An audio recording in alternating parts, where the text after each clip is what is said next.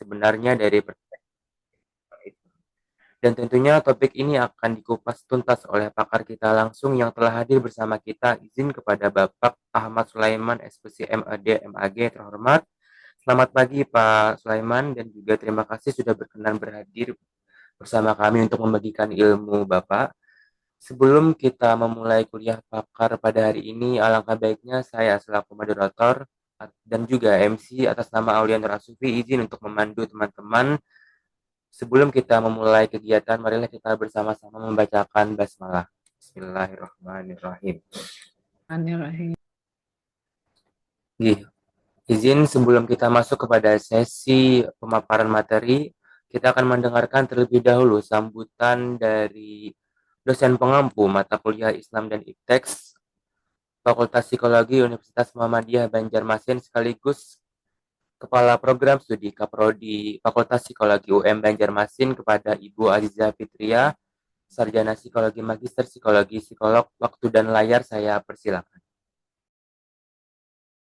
Baik, terima kasih banyak MC. Bismillahirrahmanirrahim. Assalamualaikum warahmatullahi wabarakatuh. Yang saya hormati Bapak Ahmad Sulaiman, Magister Education dan Magister Agama.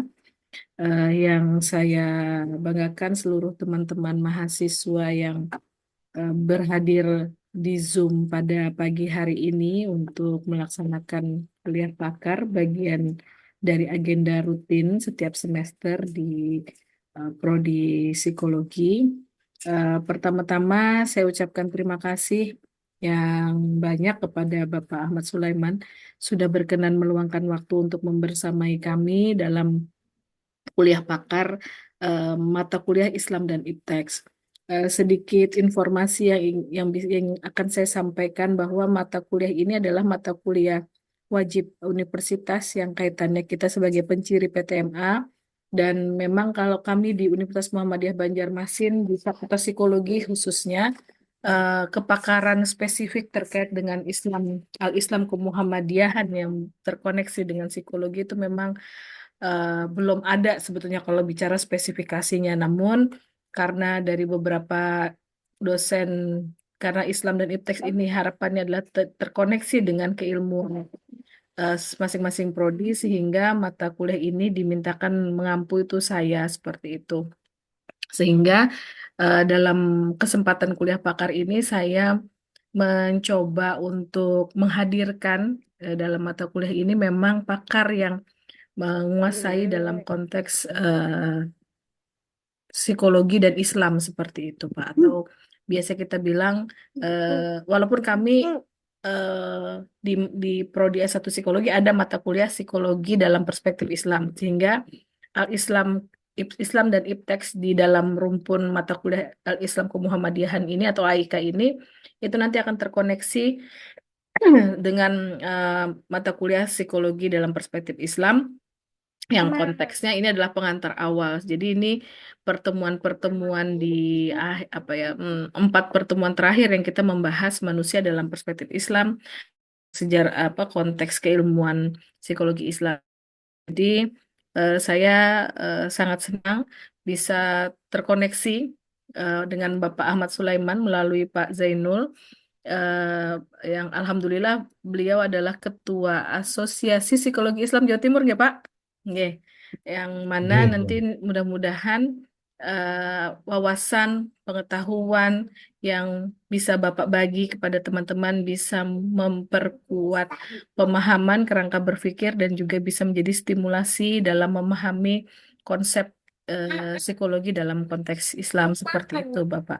Terima kasih banyak sekali lagi kepada Bapak yang sudah berkenan bersamai hari ini. Mudah-mudahan kegiatan hari ini bisa berjalan dengan lancar, koneksi dan internet jaringan teman-teman juga bisa eh, tidak terkendala begitu. Dan tentunya bisa mendapat berkah dari Allah Subhanahu wa Ta'ala. Mungkin itu yang bisa saya sampaikan. Saya akhiri dengan ucapan wassalamualaikum warahmatullahi wabarakatuh. Waalaikumsalam warahmatullahi wabarakatuh. Baik, terima kasih kami ucapkan kepada Ibu Aziza Fitria atas sambutan yang telah diberikan. Sebelum masuk ke sesi pemaparan, tentunya saya izin membacakan terlebih dahulu terkait jejak karir dan juga kurikulum vitae dari Bapak Ahmad Sulaiman. Kepada kakak operator, mungkin boleh dibantu untuk di share screen. Baik, terima kasih Syamita. Izin Bapak Ahmad Sulaiman membacakan. Pak Ahmad Sulaiman dengan nama lengkap Ahmad Sulaiman SPC MED MPDI MAG dengan riwayat pendidikan di Sekolah Menengah Kejuruan Negeri 1 Blitar Indonesia dengan sarjana psikologi di UMM Muhammadiyah Malang dan juga Master Cognitive Psychology and Educational Practice di Flinders University Adelaide, Adelaide, Australia. Kemudian Master Pendidikan Agama Islam di Sekolah Tinggi Agama Islam Al-Hikam Malang dan Master Filsafat Islam Sekolah Tinggi Filsafat Islam Sadra Jakarta Selatan. Kemudian saya bacakan juga beberapa riwayat organisasi dari Bapak Ahmad Sulaiman. Yang pertama adalah Ketua Umum Ikatan Mahasiswa Muhammadiyah Fakultas Psikologi UMM. Yang kedua, Sekretaris Umum Perhimpunan Pelajar Indonesia di Australia. Yang ketiga, anggota Dewan Presidium Perhimpunan Pelajar Indonesia di sedunia. Yang keempat, Ketua Pimpinan Ranting Muhammadiyah Adelaide di Australia. Yang kelima, Jaringan Intelektual Muda Muhammadiyah. Yang keenam, Sekretaris Umum Asosiasi Psikologi Islam Jawa Timur. Yang ketujuh, Sekretaris Umum Pimpinan Cabang Muhammadiyah Karang Peloso. Dan yang terakhir, anggota Majelis Pembinaan Kader dan Sumber Daya Insani. Kemudian pekerjaan beliau sekarang sebagai dosen Fakultas Psikologi Universitas Muhammadiyah Banjarmasin dan sebagai Direktur Assessment Center. Dan saya bacakan juga prestasi jejak karir Bapak Ahmad Sulaiman, diantaranya beasiswa LPDP Kemenq RI dengan PK 85, kemudian Chancellor Letter of Commendation Flinders University, dan yang terakhir adalah wisudawan terbaik Master Filsafat Islam Sadra. Kemudian diantaranya adalah publikasi buku karya dari Pak Ahmad Sulaiman dengan judul Filsafat Virtual, Komparasi Barat dan Islam in Press. Yang kedua ada Psikologi Islam, Teori Refleksi dan Aksi. Yang ketiga ada Mencari Pedagogi Kritis. Yang keempat, Falsafah Pedagogi Kritis. Dan yang terakhir, Pedagogi Kritis, Mendidik, Merdeka, dan Mengubah. Kemudian saya bacakan juga tiga teratas terkait publikasi jurnal dari Bapak Ahmad Sulaiman, pengaruh religi pada tahun 2024, yakni publikasi jurnal pengaruh religiulitas terhadap disposisi berpikir kritis dan dengan keyakinan, jurnal filsafat Indonesia, epistemik, serta emosi epistemik sebagai mediator. Kemudian pada tahun 2024 juga dengan judul Jurnal Kritik Epistemologi Islam oleh Muhammad Habib Al-Jabiri dan implikasinya, Academic Journal of Islamic pada Islamisasi Psikologi. Kemudian yang terakhir saya bacakan 2024 dengan judul Jurnal The Influence of Coastal Proximity on Mental Health in Indonesian Society pada Journal of Public Health for Tropical and Coastal Region. Demikian kurikulum vitae ataupun jejak karir yang telah saya bacakan. Masya Allah luar biasa kita telah membaca bersama dan melihat bersama di layar sangat banyak pengalaman ilmu dan juga pencapaian yang telah dicapai oleh Bapak Ahmad Sulaiman. Tentunya kami memohon izin dan juga memohon kepada Bapak Ahmad Sulaiman untuk bisa membagikan ilmu yang telah Bapak dapatkan kepada kami juga di sini selaku mahasiswa psikologi semester 3. Baik, izin Bapak Ahmad Sulaiman, demikian terkait pembacaan CV. Berikutnya kita akan masuk ke sesi pemaparan materi selama 1 jam. Dan nanti akan dilanjutkan dengan sesi tanya jawab selama 30 menit kepada Bapak Ahmad Sulaiman. Waktu dan layar saya persilakan. Terima kasih banyak Mas Aulia Nurasufi. Assalamualaikum warahmatullahi wabarakatuh. Selamat Waalaikumsalam. pagi di hari Ahad yang luar biasa. Saya ucapkan terima kasih banyak kepada Ibu Aziza Fitriah, MPSI Psikolog, selaku Ketua Program Studi ya, dan juga dosen pengampu mata kuliah Islam dan Iptex. Luar biasa sekali ini ya. Kita memang budaya di Muhammadiyah itu double-double ya Bu ya. Berikutnya juga saya ingin mengucapkan salam dari Bapak Dr. Zainul.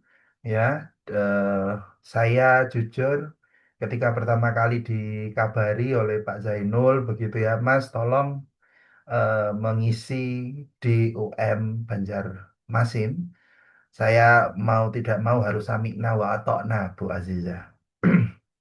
Karena teman-teman, Pak Zainul itu dosen wali saya dulu. Jadi ketika saya mahasiswa di UMM, Pak Zainul itu adalah orang yang membimbing saya, memotivasi saya, sampai saya kemudian ketika kuliah ke Australia, itu yang memberi rekomendasi itu adalah Pak Zainul, Bu Azizah. Makanya kalau saya tidak samik nawa, tok nawah, nggak berkah nanti gelar saya ini. Ya, ini juga sekalian memotivasi teman-teman ya, bahwa walaupun kita dari Untas Muhammadiyah, tidak ada alasan ya, Bu Aziza, untuk kita bisa bermimpi kuliah ke luar negeri, kuliah di kampus-kampus negeri yang terbaik, UGM, UI. Saya kira gampang, Bu Aziza, kalau kita mau kuliah di dalam negeri. Ya, justru tantangan itu nanti kalau keluar negeri. Jadi jangan sampai kita minder, ya, teman-teman. Walaupun kita dari kampus swasta ya, tetapi ingat kita ini kampus swasta Muhammadiyah yang memang terkenal punya pengalaman panjang ya Bu Aziza dalam konteks pendidikan ya. Menterinya pendidikan juga semuanya Muhammadiyah ya, jadi sudah kelihatan ya apa kepercayaan pemerintah terhadap kita. Nah, berikutnya saya juga terima kasih sekali Bu Aziza telah berkenan mengundang saya. Memang ini sebuah concern bagi saya sebagai seorang ilmuwan, seorang pengkaji di bidang psikologi Islam ya. Teman-teman mungkin tadi melihat bahwa saya melanjutkan studi itu sampai beberapa kali karena memang untuk kita bisa mengkaji psikologi Islam, Bu Aziza, memang tuntutannya berat sekali ya. Harus punya kepakaran di bidang keagamaan dan juga punya kepakaran di bidang psikologi gitu. Nah, bahkan kemarin saya disuruh kuliah psikolog ini sama Bu Dekan gitu ya. Cuman di kampus kita ini banyak teman-teman yang sudah lama ngajar, sudah jadi dosen, terus disuruh kuliah psikolog itu mikir-mikir gitu ya. Padahal kan psikolog itu kan tergantung kebutuhan dan karakteristik ya. Kalau Bu Aziza itu saya yakin orangnya sangat senang mendengar, sangat baik, sehingga cocok jadi psikolog. Kalau saya teman-teman ini tipe yang disuruh dengerin curhatan itu sudah ngantuk duluan. Nah, termasuk teman-teman ini belum mulai acara Bu, kok sudah ada yang menguap-menguap. Nah, ini saya yakin nggak bisa jadi psikolog ya, nggak cocok ya. Jadi psikolog itu kan harus mendengar mungkin berjam-jam ya Bu Aziza. Lah ini dengar kuliah eh, pakar aja 1 jam sudah ngantuk. Nah, ini kayaknya nanti kalau mau kuliah psikolog jangan direkom Bu Aziza. Ya, kita cari yang semangatnya luar biasa, yang fokusnya luar biasa. Mas Aulianur nih kayaknya auranya psikolog sekali ini ya. Nanti bisa kita rekom bareng. Nah, berikutnya saya juga ingin berbagi teman-teman ya. Saya mohon izin untuk berbagi tentang materi kita yang luar biasa. Ini termasuk materi yang sebetulnya menurut saya sangat-sangat sulit ya. Makanya saya sangat tertantang gitu untuk membahasnya. Sulitnya kenapa? Karena memang ini adalah em, topik yang sangat dasar, sangat ontologis ya, filosofis. Nah, tetapi kemudian juga sekaligus kadang itu banyak orang yang mengabaikan. Nah, sampai sini apakah bisa dilihat Bapak Ibu? Kok aneh ya kalau saya share screen-nya begini ya. Oke, saya ganti dulu. Eh, atau nggak apa-apa ya, nggak apa-apa lah. Oke. Baik, teman-teman sekalian ya. Jadi saya ingin memulai dengan menyampaikan bahwa kajian kita hari ini itu berangkat dari apa? Kegelisahan teman-teman ya. Saya kira mungkin juga bagian dari materi dan sebagainya ya. Saya ingin menyampaikan bahwa materi ini agak jarang, Bu Azizah ya, jarang yang kemudian eh, memahami ya topik ini karena kita seringkali melihat Islam itu secara sederhana, Bu. Kita melihat Islam itu secara simplistik ya. Kalau kita lihat di tema kita manusia dalam 4 mazhab psikologi Islam, saya itu ingin bersepakat dengan banyak sekali tokoh-tokoh ya yang mengatakan bahwa psikologi Islam itu adalah sebuah paradigma yang sangat luas ya, yang kemudian memiliki berbagai aliran dan mazhab. Nah, jadi fondasinya di situ ya teman-teman. Jangan kalian melihat psikologi Islam itu simple gitu ya. Psikologi Islam itu bisa direduksi menjadi satu aliran, satu mazhab. Justru sebetulnya di dalam psikologi Islam itu ada banyak banyak mazhab. Nah, dan dengan memahami beragam mazhab ini, kita jadi bisa lebih objektif, lebih terukur, ya, lebih eh, baik dalam mengembangkan wacana psikologi Islam. Kadang misalnya Bu Aziza dan teman-teman yang psikolog Bu, itu mau mendalami psikologi Islam itu merasa tidak kompeten karena bidangnya itu sama sekali tidak ada di aspek keislaman. Sehingga ketika diminta mengkaji psikologi Islam itu ada kekhawatiran. Nah, padahal Bu, teman-teman juga ya, psikologi Islam itu ternyata punya banyak aliran. Dan di antara beberapa alirannya itu ada yang sangat empiris ya, yang sangat empiris, sangat observasional, sangat eksperimental. Nah, ini nanti bisa kita kaji ya, teman-teman nanti akan menemukan bahwa walaupun kita mungkin tidak punya kepakaran di bidang tafsir, tetapi kita boleh ya mengkaji psikologi Islam. Nah, saya ingin coba mengantarkan materi kita ini kepada pendekatan awal ya, yang disebut dengan mazhab bayani gitu ya, psikologi bayani, atau mungkin teman-teman menyebutnya psikologi Qurani, ya, psikologi wahyu, ya, psikologi Islam, tetapi fokusnya sangat kepada teks Al-Quran, hadis begitu.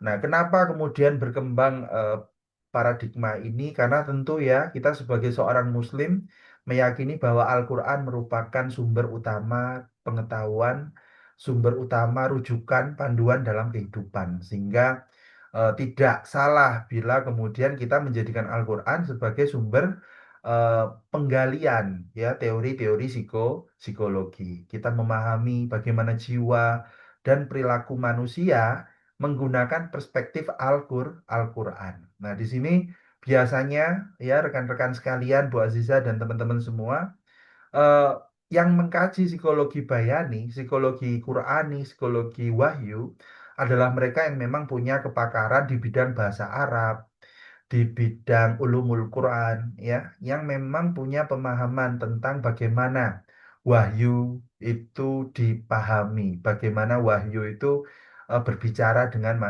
manusia. Nah, sehingga kemudian pendekatannya itu seringkali pendekatan tafsir, ya. Teman-teman yang bidangnya tafsir Quran akan menemukan, oh ternyata ada banyak ya ayat-ayat yang terkait dengan manusia. Ada kata fitrah, misalnya ruh, nafs, qalb, akal, ya. Itu adalah beberapa kata-kata yang mewakili dinamika psikologis manusia yang kemudian ditafsirkan oleh para peneliti psikologi Qurani ya untuk kemudian menjelaskan, menggambarkan bagaimana dinamika psikologi kejiwaan ya dari individu. Nah, saya kemudian ingin melanjutkan ya bahwa pada dasarnya psikologi Qurani itu menggunakan dasar-dasar ilmu Quran. Ya, kalau istilah kerennya hari ini itu hermeneutika Islam ya. Orang mungkin ada yang tidak sepakat ya ketika saya menggunakan istilah hermeneutika, tidak apa-apa. Karena memang ada aspek sejarah ya, seolah-olah bahwa hermeneutika itu punyanya Kristen. Padahal sebetulnya hermeneutika itu adalah istilah lain bagi tafsir ya dalam konteks Kristen. Kalau di kita tafsir itu bahasa Arab ya, artinya hermeneutika.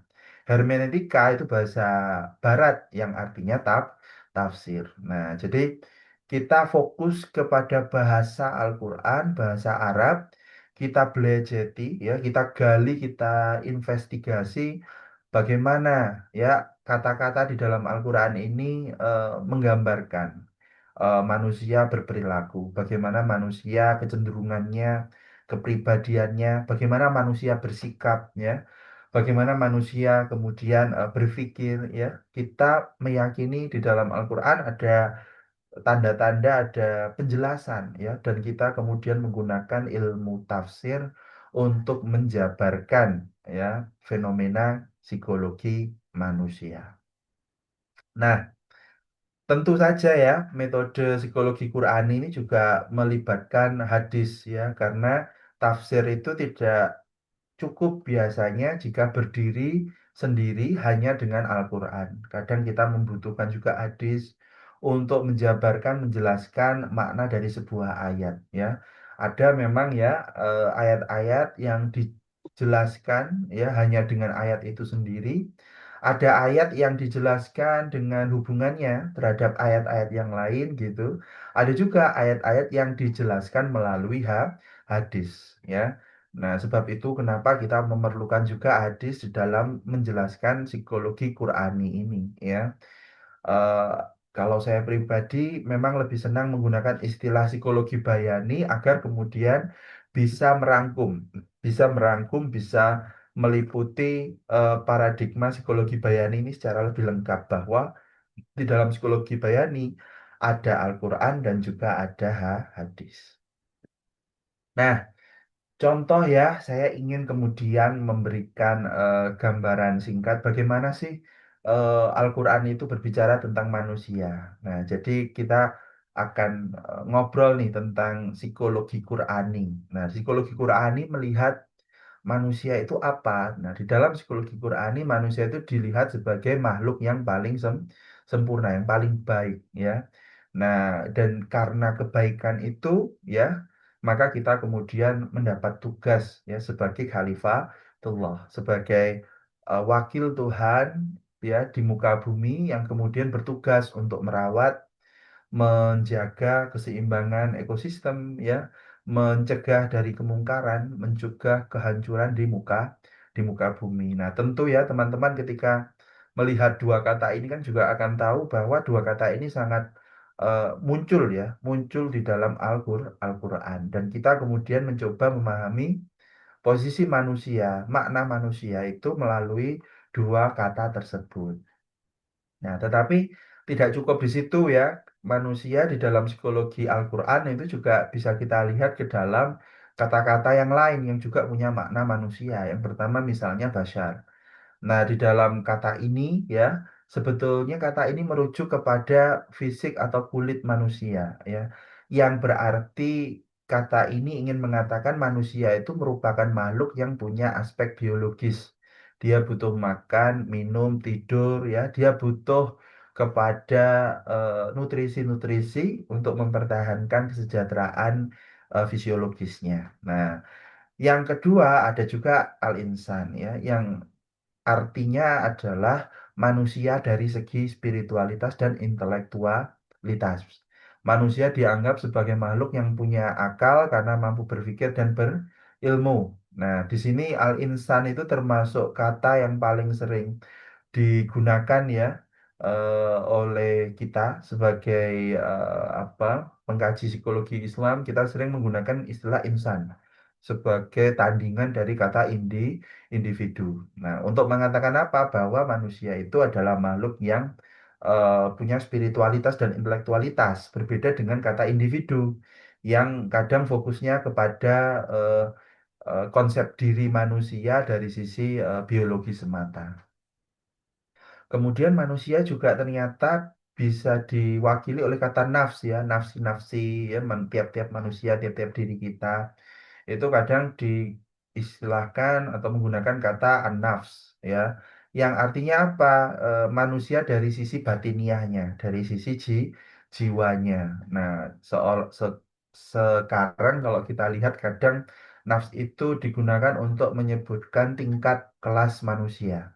Ada manusia yang masih levelnya amarah, ya, yang cenderungnya kepada keburukan, cenderungnya kepada syahwat, kepada pemuasan-pemuasan atas aspek biologis dirinya. Belum melangkah jauh kepada aspek-aspek spiritualitas. Nah, ini mungkin manusia-manusia yang lupa terhadap Tuhan, manusia-manusia sekuler di dunia barat yang mengabaikan apa paradigma psikologi Islam, mengabaikan agama. Lalu ada nafs lawamah yang mereka tahu, mereka sadar, mereka punya kekurangan-kekurangan, maka kemudian mereka merasakan keraguan, ya bahwa kenapa aku melakukan ini, kenapa aku melakukan itu. Mereka memiliki kecenderungan juga kepada kebaikan, tetapi belum bisa melepaskan diri dari keburukan. Nah, pada puncaknya maka di dalam Al-Quran disebutkan ada yang namanya nafsul mutmainnah, ya. Jadi jiwa yang tenang, yang damai karena dia memiliki iman. Ya, dia cenderung kepada kebaikan, dia mengingat Tuhannya, dia diarahkan oleh wahyu, dia melaksanakan semua kewajiban-kewajiban dan menghindari semua larangan. Nah, kita bisa bertanya ya kepada diri kita, apakah kita sudah masuk ke dalam nafs mutmainnah ataukah kita masih berada di dalam nafs lawamah atau bahkan kita masih di nafsul ammarah, ya. Lalu kemudian, ini jadi pertanyaan ya, bagaimana kemudian eh, metode psikoterapi Qurani gitu ya. Ini pembahasan yang saya kira saya berikan singkat ya, agar kemudian kita punya gambaran yang lebih utuh. Walaupun tentu untuk kajian yang lebih detail kita perlu waktu yang lain. Nah, dalam konteks psikoterapi bayani atau Qurani ini ya, kita melihat bahwa manusia itu sangat bergantung kepada wahyu dan wahyu itu bahkan bisa menjadi pengobat, ya, bisa menjadi pengobat bagi permasalahan psikologis manusia. Bagaimana caranya wahyu itu bisa menjadi obat? Ada beberapa cara. Apakah dengan kita menguatkan ibadah, dan di dalam ibadah sholat misalnya kita akan berulang kali ya membaca ayat-ayat Al-Quran. Nah, di dalam pembacaan itu ya kita akan merasakan ketenangan, kita akan mendapat bantuan dari Tuhan untuk menyelesaikan permasalahan-permasalahan psikologis yang kita miliki. Atau juga kita bisa merujuk kepada Al-Quran, mengikuti bagaimana panduan-panduan moral yang diharapkan Al-Quran. Lantas kemudian dengan kita menerapkan ya perintah-perintahnya, menerapkan model perilaku Qurani, perilaku eh, kenabian, nah lantas kemudian kita akan merasakan perubahan ya terhadap masalah-masalah psikologis yang kita miliki. Nah, selain itu mungkin juga kita bisa jadi melakukan apa introspeksi sembari kemudian membaca ya bertadabur terhadap ayat-ayat Al-Quran. Kita membaca misalnya ayat Al-Ma'un, kita memahami bahwa percuma bagi diri kita ini beribadah rajin, tetapi ternyata melupakan aspek sosial. Dan dari situ kita kemudian menyadari bahwa kita perlu untuk memperhatikan eh, orang-orang di sekitar kita yang ternyata memiliki kekurangan. Nah, berikutnya juga bisa jadi kita kemudian mencoba untuk menyampaikan ayat-ayat Al-Quran itu di dalam proses konseling kita. Ya, bahwa di dalam konseling kita, kita menjadikan Al-Quran sebagai penjelas bagi masalah-masalah psikologis klien. Kita katakan bahwa ketika klien galau gitu, kenapa kok aku merasakan galau? Bisa nggak aku hidup tanpa kegalauan? Lalu kita mungkin bisa mengutip ayat ya yang mengatakan bahwa sesungguhnya hidup di dunia itu adalah tempat bagi rasa takut, ya, rasa marah, rasa sedih. Hanya mereka yang dijamin oleh Tuhan di surga, di akhirat, akan bebas dari segala belenggu emosi-emosi negatif. Nah, akhirnya kita membantu klien kita untuk kemudian menyadari bahwa hukum Tuhan itu memang demikian, nggak bisa kita berharap sama sekali terbebas dari emosi negatif di dalam kehidupan.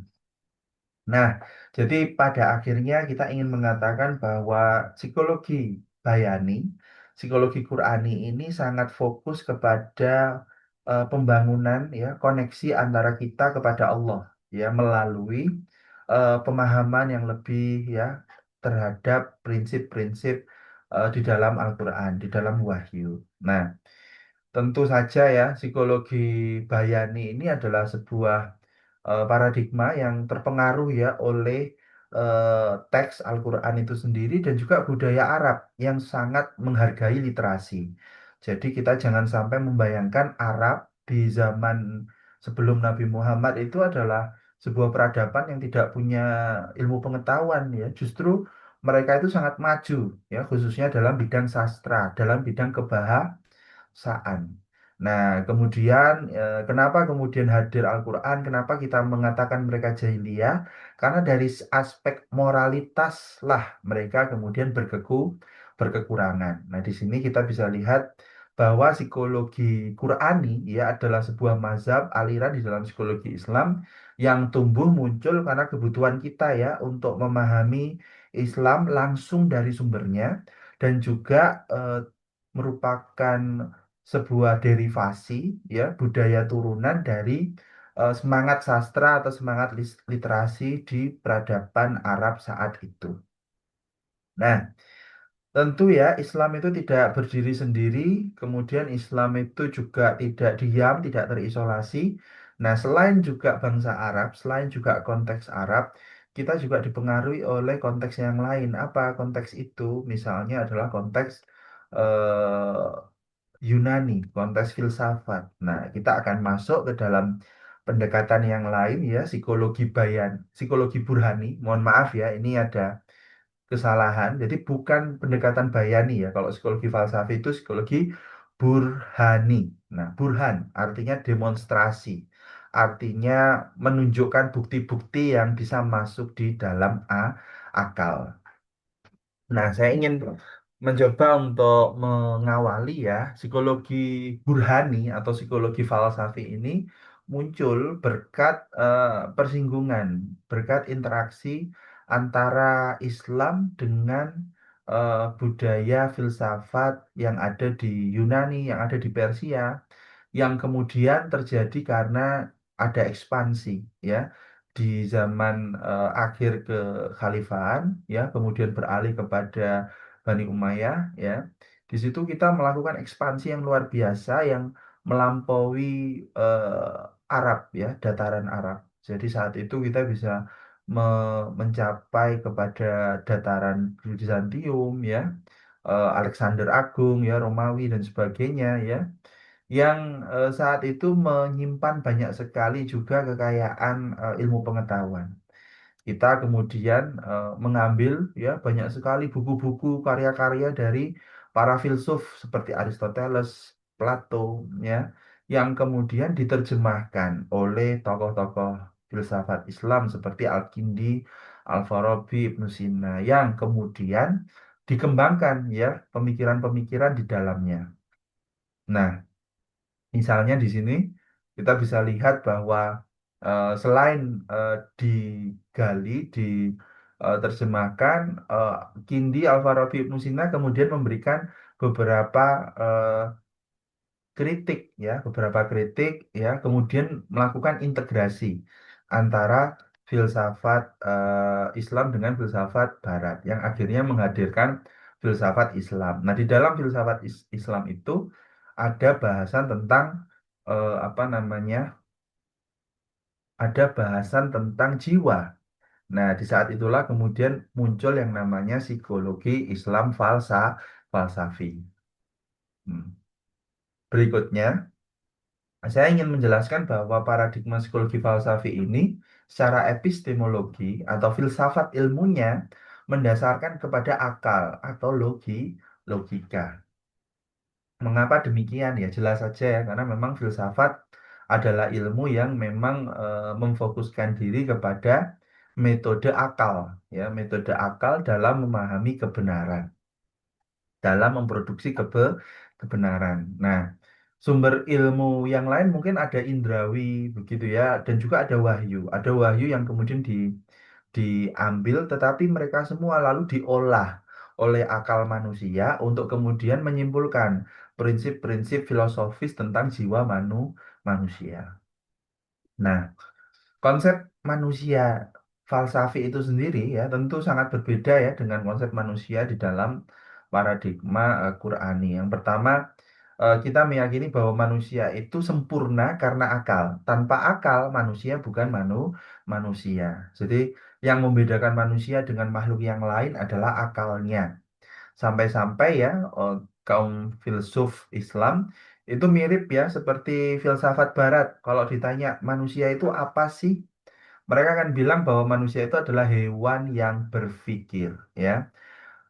Di situ kita menggunakan paradigma logis ya bahwa sebuah konsep, misalnya manusia, dia ketika didefinisikan harus punya eh, genus, kelompok umum yang paling dekat dengan manusia itu sendiri, dan yang kedua pembeda.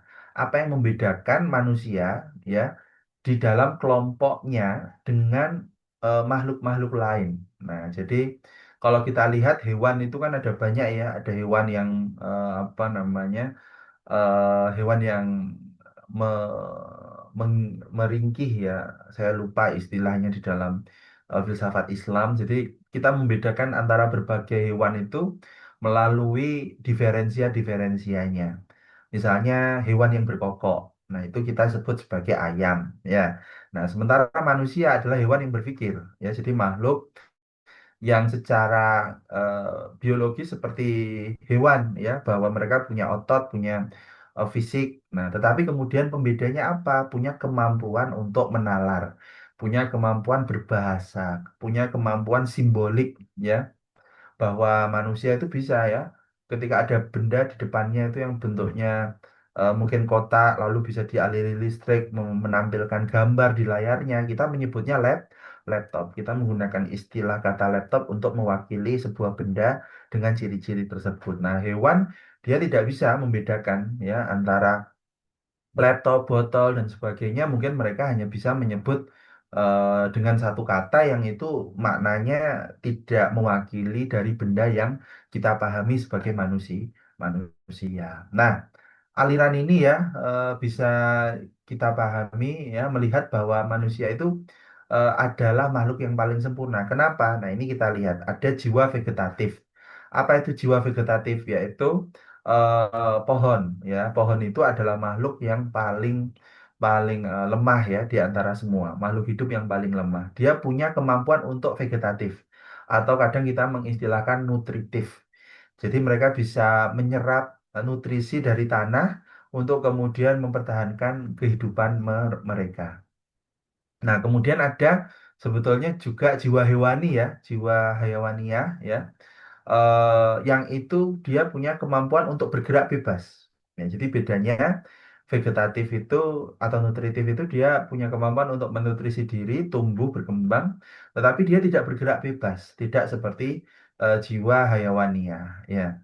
Nah, jiwa hayawania itu sayangnya tidak memiliki akal berpikir. Nah, itulah yang kemudian dimiliki oleh manusia, ya, jiwa nafsania, yang mana kita selain memiliki tubuh, kita memiliki kemampuan gerak, ya kita memiliki kemampuan untuk menutrisi diri kita melalui memakan, meminum sesuatu, lalu merubahnya menjadi energi dan juga otot, ya. Tapi kita juga punya kebebasan bergerak dan kita punya kemampuan untuk kita memiliki jiwa untuk berpikir.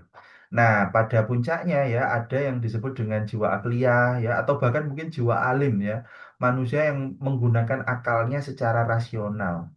Ya, ketika dia sempurna dalam menerapkan hukum-hukum logika, ilmu mantik, ya, kalau kata Ibnu Sina, maka kita bisa menyebutnya mencapai level jiwa yang alim, ya, jiwa yang punya kesempurnaan akal rasional secara sempurna.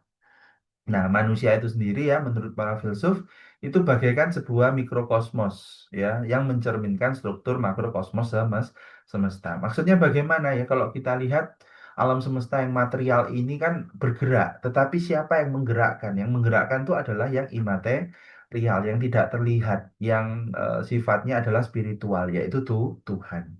Manusia itu seperti semesta, jadi kita punya tubuh yang sifatnya material, tetapi penggeraknya itu sebetulnya bukan material, melainkan jiwa. Nah, di manakah letak jiwa itu? Ya, kalau buat para filsuf ya jiwa itu sifatnya imaterial, tidak punya tempat di dalam dunia fisik. Dia tidak bisa ditunjuk. Ya, kalau dia bisa ditunjuk, Artinya dia menempati ruang, padahal jiwa itu adalah sesuatu yang imaterial. Nah, ini ya yang mungkin berbeda dengan hari ini kita tahu bahwa manusia punya otak. Nah, sementara bagi para filsuf Islam saat itu ya otak belum sesuatu yang menjadi bahan kajian yang sangat-sangat umum saat itu.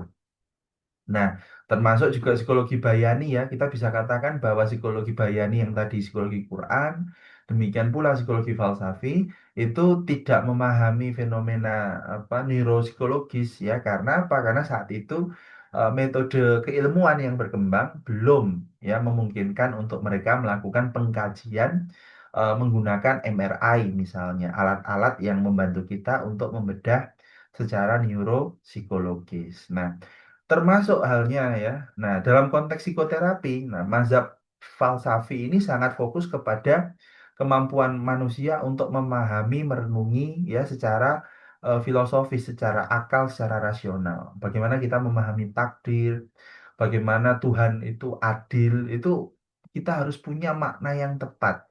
Nah, jadi pada dasarnya ketika manusia tidak menggunakan akal, maka manusia itu bukan manusia lagi, dia sudah kehilangan jati dirinya. Maka kemudian kenapa psikologi falsafi sangat menekankan kepada pemenuhan apa esensi tadi bahwa manusia yang baik, yang sehat adalah yang bernalar. Nah, kemudian juga bagaimana kita melakukan psikoterapi dalam psikologi falsafi tentunya dengan menanamkan nilai ya, dengan pendidikan nilai ya. Bagaimana kita memahami nilai itu tidak hanya dari segi permukaan, tetapi kita memahaminya dari segi apa namanya filosofisnya. Bagaimana kita memahami tidak hanya dari sisi apa namanya tampilan, tetapi juga dari sisi batinnya.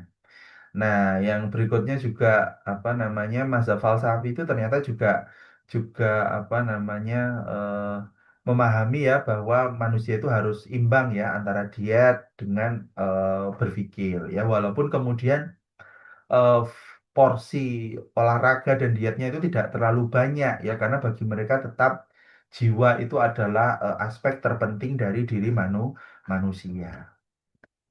Nah, berikutnya ada yang disebut dengan psikologi irfani atau psikologi sufistik. Mengapa dia disebut psikologi irfani? Karena sumber pengetahuannya adalah irfan, ya intuisi manusia.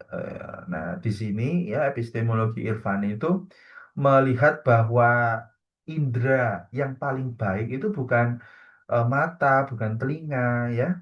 Yang kedua bahwa akal itu bukan alat yang sempurna untuk kemudian mengungkapkan kebenaran. Nah, mengapa? Karena akal itu mengetahui sesuatu melalui perantara, melalui pengamatan, melalui pendengaran. Nah, sehingga kesimpulan yang dia buat itu sangat bergantung kepada kesempurnaan dari indera-inderanya. Nah, berbeda dengan batin ya, dengan kolbu, dengan hati, dengan irfan ya, yang dia itu menangkap pengetahuan secara langsung ya. Di sini saya sebut ya ilmu di dalam perspektif Irfani itu juga seringkali kita sebut dengan perspektif huduri, dengan ilmu huduri. Apa artinya? Ilmu yang hadir. Jadi ilmunya itu secara esensi atau hakikatnya itu langsung muncul di dalam jiwa manusia. Kita tidak melihat sebuah fenomena lalu mencoba melakukan deduksi, induksi dan menyimpulkan kebenaran atau hakikat dari sesuatu. Sebaliknya, ya yang namanya paradigma Irfani itu membuat ilmu hakikat kebenaran sesuatu itu langsung muncul di dalam jiwa kita. Nah, itu sebabnya lah kadang kita menyebut ilmu ini sebagai ilmu laduni gitu ya. Ilmu yang datang langsung dari Allah atau ilham dan kasyaf gitu ya ilmu yang diungkap, disingkap oleh Tuhan kepada manusia. Nah, dari sisi tradisi keilmuan ya, Sufi ini banyak merujuk kepada kisah dan ajaran para wali atau nabi ya. Mungkin teman-teman ingat ya kisah Nabi Musa yang kemudian melakukan perjalanan dengan Nabi Khidir ya. Nabi Khidir bilang bahwa tidaklah boleh kamu mempertanyakan apa yang akan saya lakukan di dalam perjalanan, ya. Kamu harus ikut, ya, kamu harus apa menjalani saja, tidak boleh protes. Nah, maka kemudian Nabi Khidir ternyata membunuh anak kecil, ya, memperbaiki apa merusak kapal, bahkan kemudian juga memperbaiki rumah yang tidak ada penghuninya. Nah, di situ Nabi Musa protes dan ternyata Nabi Khidir menjelaskan bahwa beliau mendapatkan ilmu langsung dari Tuhan mengenai masa depan, ya, mengenai sesuatu yang belum terjadi tapi pasti terjadi. Nah, itu adalah satu rujukan bagi para sufi untuk mengatakan bisa memang manusia itu menjangkau sebuah kebenaran, ya, secara langsung, ya, dan itu mungkin kadang tidak masuk akal, ya, kadang tidak logis, ya. Yang logis itu ya ketika kita bisa memahaminya dari sisi si sufi atau dari Tuhan itu sendiri. Dan memang ini adalah satu paradigma yang agak sulit, ya, untuk orang umum karena memang ada tuntutan, ya, ada tuntutan untuk kita punya kesempurnaan jiwa. Nah, bagaimana manusia dalam mazhab Irfani, ya? Yang pertama, sebetulnya manusia menurut mazhab Irfani itu hanya seperti ombak, ya. Tuhan adalah samudra. Kalau kita tanya, ombak itu ada atau enggak? Sebetulnya ombak itu enggak ada. Yang ada adalah samudra. Ombak hanyalah tindakan dari samudra yang tampil, yang terlihat ketika samudra itu bergelombang, ya. Jadi kita tidak bilang bahwa manusia itu sejatinya ada, yang ada itu sejatinya hanyalah Tuhan. Yang kedua, ya, artinya apa? Manusia itu sebenarnya adalah makhluk spiritual. Nah, akan tetapi, ya, karena kita hidup di dunia yang penuh dengan dosa, penuh maksiat, kita seringkali cenderung kepada apa? Keburukan. Nah, sehingga akhirnya jiwa kita ini gagal untuk menjangkau alam imaterial, alam apa namanya, alam mistis tadi, ya. Beberapa tokoh seperti Suhrawardi misalnya mengatakan kalau kamu punya kemampuan spiritual yang baik, ya, yang menerapkan semua laku penyucian jiwa, ya, kamu bisa aja loh melepas jiwa kamu dari tubuh kamu lalu kemudian menjangkau dunia imaterial, ya, di mana kebenaran itu semuanya berada.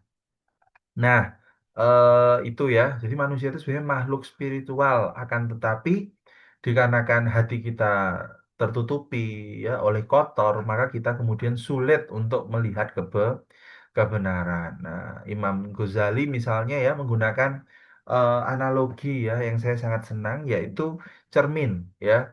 Kalau kita punya cermin yang kotor, lusuh, berkarat, maka apapun yang ada di hadapan cermin itu akan tidak terlihat, ya, karena ditutupi oleh lusuh dan karat. Akan tetapi manakala kita memiliki cermin yang bersih, yang kemudian bebas dari noda, ya, maka ketika kita meletakkan botol di depan cermin, ya, akan terlihat apa adanya botol. Nah, jiwa manusia seperti itu, ya, bahwa jiwa ini kadang kotor, kadang itu memiliki masalah psikologis dikarenakan ya belum dibersihkan.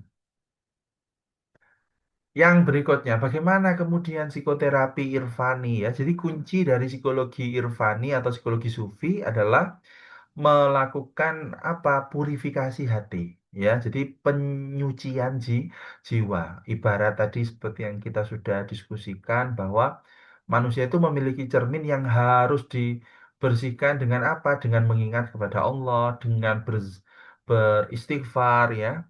Kemudian jadi secara istilah, ya, ada yang disebut dengan pengosongan, ya, yang kedua kemudian pengisian. Pengosongan itu apa, ya? Kita kosongkan jiwa kita dari segala yang bukan Allah, lalu kemudian kita melakukan pengisian, ya, mengisi pikiran kita, hati kita dengan hanya Allah. Hanya dengan demikian, ya, dalam waktu yang dibutuhkan, ya, dengan proses, maka kemudian jiwa kita itu bisa naik makom, gitu, ya, bisa naik level ke tingkat di mana ilmu dari Tuhan itu bisa langsung disematkan ke dalam jiwa kita. Jadi memang Sufi itu mengatakan bahwa tidak semua jiwa itu layak untuk mendapat pengetahuan, ya. Untuk bisa layak, ya, kita harus melakukan apa penyucian jiwa.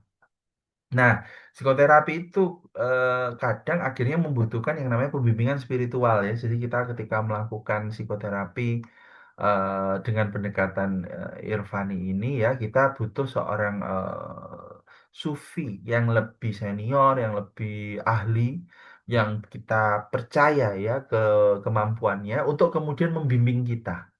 Ya, karena memang upaya untuk penyucian jiwa itu bukan sesuatu yang bisa dilakukan sendiri. Yang kedua ada ini latihan zikir dan ruqyah. Jadi kita mengulang-ulang apa surat, mengulang-ulang ayat, mengulang-ulang satu bacaan-bacaan ya untuk apa? Untuk menangkal emosi-emosi negatif di dalam jiwa.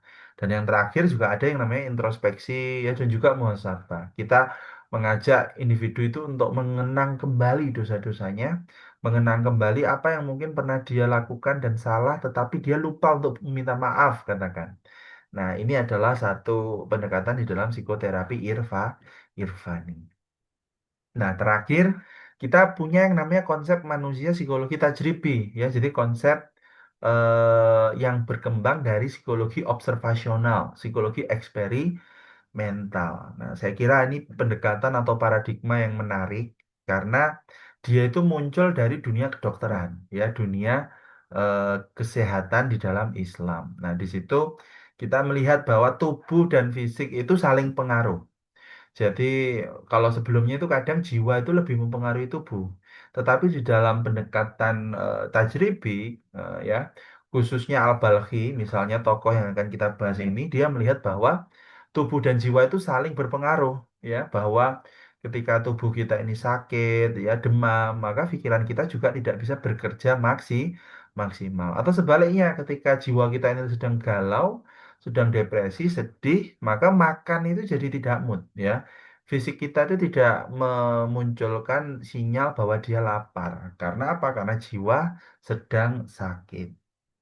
Nah, di dalam konsep manusia tajribi ini ya muncul ya obat itu nggak hanya obat fisik, tapi juga ada obat hati. Tidak hanya obat jasmani, tapi juga ada obat rohani. Nah, kemudian juga kita penting ya di dalam psikologi tajribi ini untuk memastikan bahwa kedua elemen ini bisa berjalan sempurna. Jangan sampai dia secara jiwa baik tapi secara tubuh ada kerusakan karena nanti jiwa akan ikut rusak. Nah, demikian pula sebaiknya sebaliknya ya, jangan sampai jiwa apa tubuh itu baik tetapi jiwanya kotor atau rusak ya atau bermasalah karena pada akhirnya tubuh juga akan dipengaruhi oleh jiwa.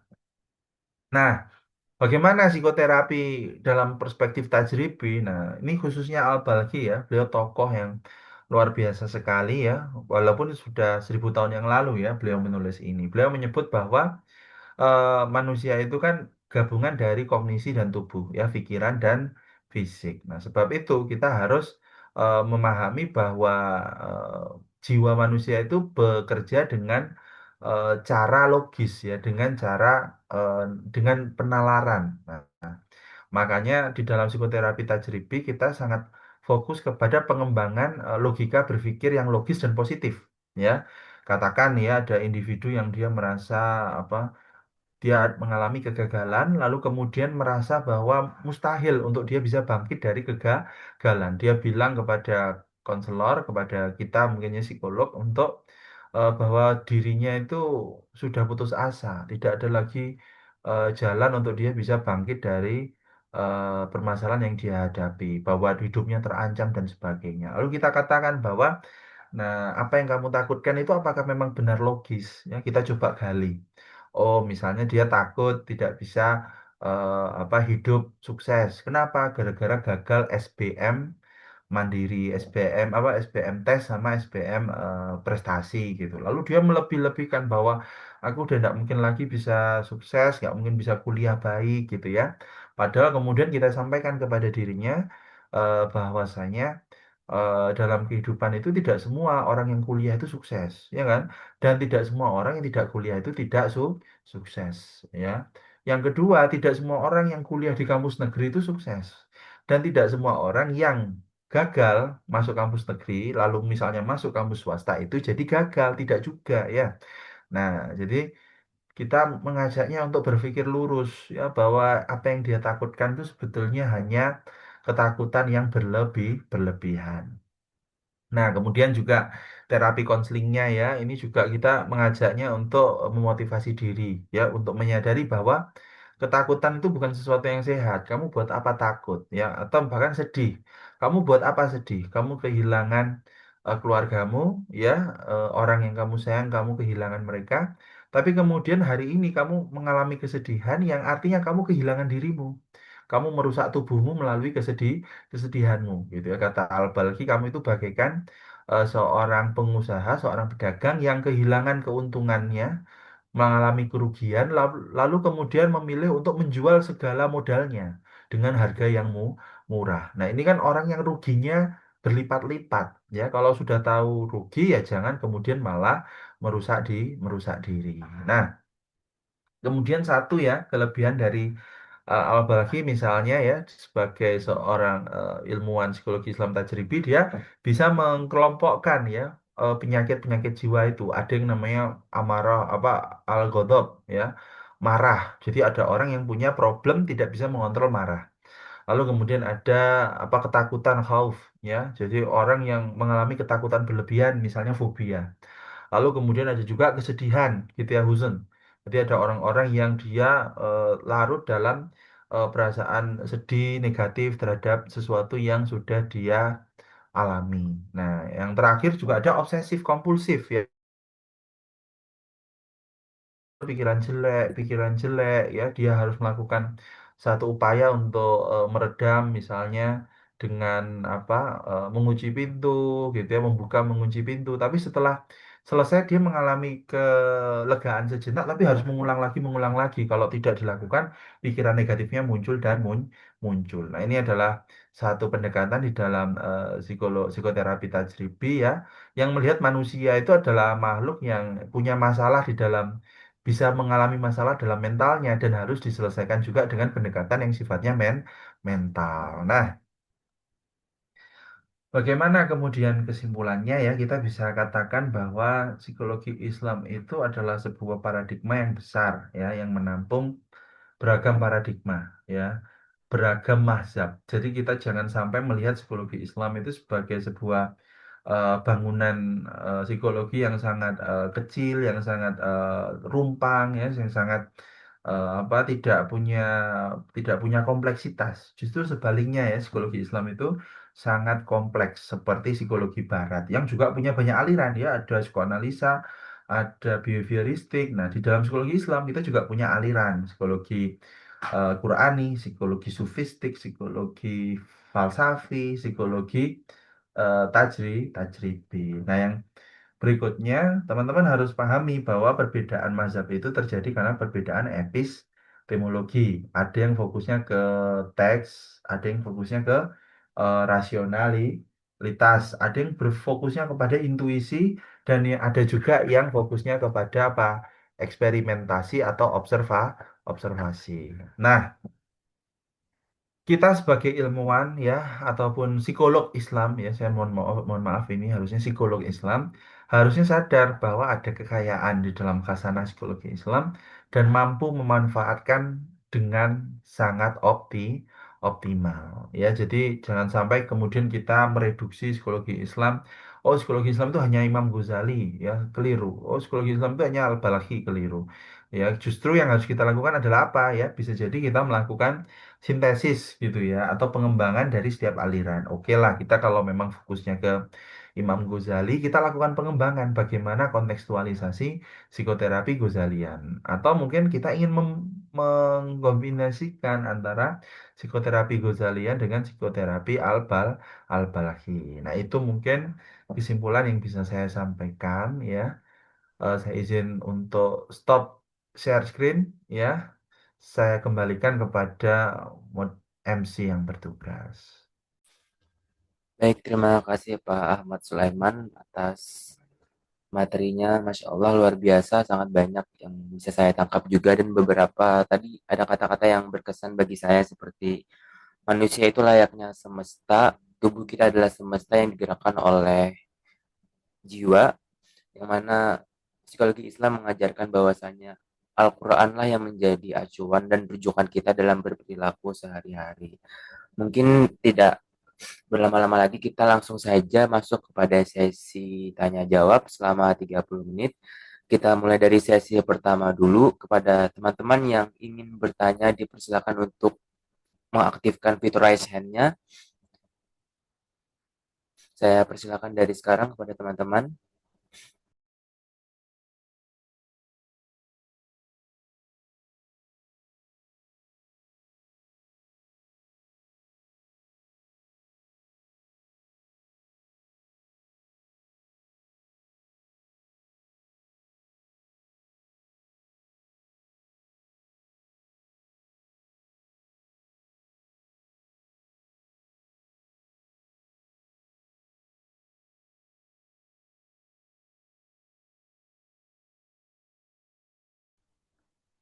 Izin Bapak, apakah nanti ketika sudah ada pertanyaan mau dijawab satu persatu atau ditampung dulu Bapak?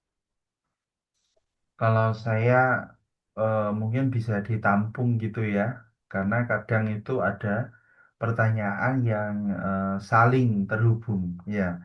Kadang ada pertanyaan yang tumpang tindih. Nah, sehingga ketika kita menjawab bisa lebih kompleks, lebih komprehensif, ya, karena kita langsung melihat dari berbagai aspek-aspek. Ya. Baik, terima kasih Bapak.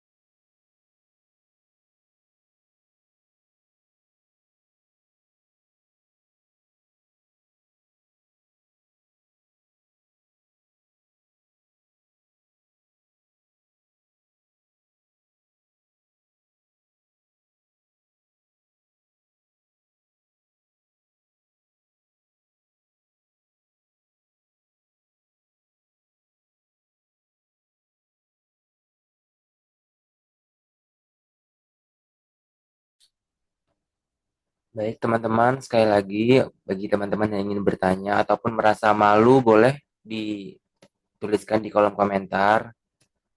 Bagi mungkin yang malu bertanya, monggo teman-teman, ditunggu segera.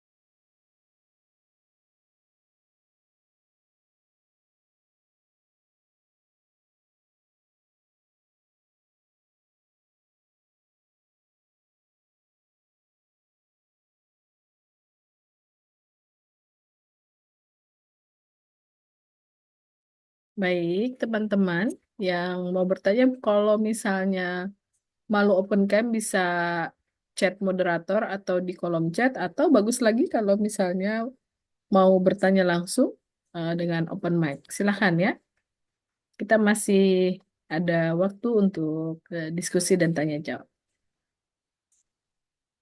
Ulun izin bertanya. Jadi Perkenal, silahkan. perkenalkan, nama Ulun Zahra Jija. Jadi pertanyaannya itu, eh, apakah konsep jiwa sebagai pengatur tubuh ini tuh dapat dipertemukan dengan pandangan psikologi modern yang menekankan fungsi biologis otak? Itu aja. Terima kasih. Terima kasih Jara. Jara mungkin boleh dituliskan juga pertanyaannya di grup angkatan biar nanti saya tuliskan lagi ke kolom komentar rekap semua pertanyaannya.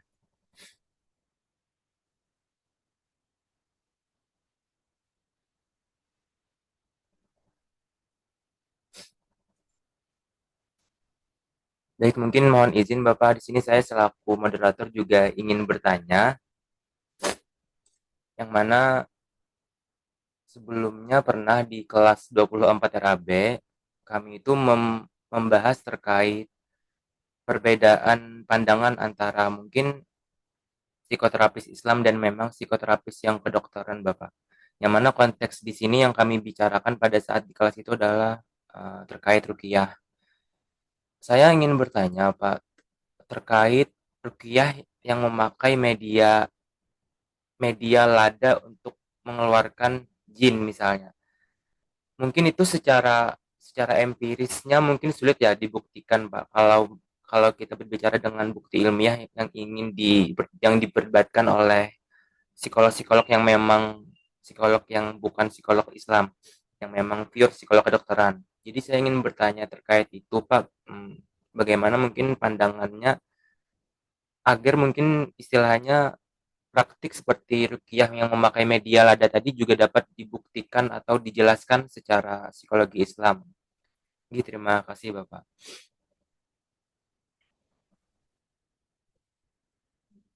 Sudah semua?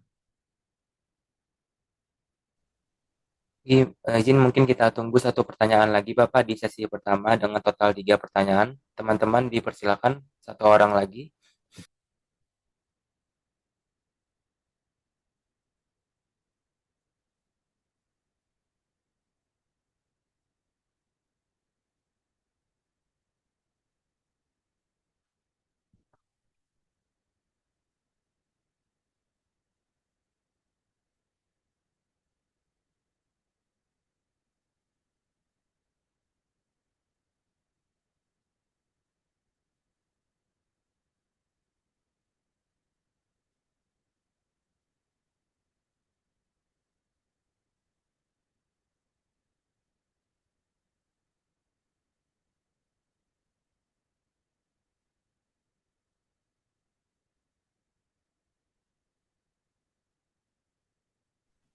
Izin bertanya. Perkenalkan, nama saya Syamita Nazwariza Zafira dari kelas 24 RAB. Sebelumnya kan tadi di slide disebutkan bahwa manusia itu bermartabat karena akalnya. Nah, apakah martabat manusia di sini sepenuhnya itu ditentukan oleh fungsi akal atau tetap melekat meskipun kemampuan akalnya itu terbatas?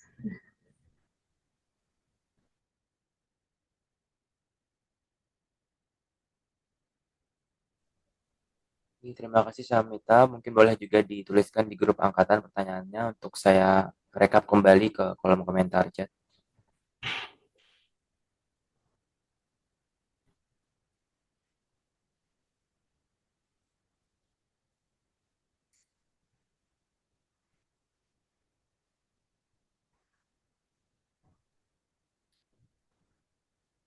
Oke. Terima kasih ya untuk pertanyaannya. Tadi yang pertama ada pertanyaan dari Ulun Zahra Aziza. Yang kedua ada Aulia Nur Asufi. Ya, yang ketiga ada dari Syamita. Oke. Saya ingin mencoba untuk menjelaskan satu-satu ya dari setiap pertanyaan yang tadi sudah dimunculkan ya. Saya kira ini pertanyaan yang sangat menarik ya, yang kemudian bisa kita jawab bareng-bareng gitu. Apakah kemudian paradigma jiwa sebagai pengatur bagi tubuh itu bisa kita rekonsiliasi dengan keyakinan di Barat ya bahwa aspek-aspek psikologis manusia itu sebetulnya dideterminasi oleh aspek biologisnya ya, katakan ilmu tentang syaraf, ilmu tentang otak ya.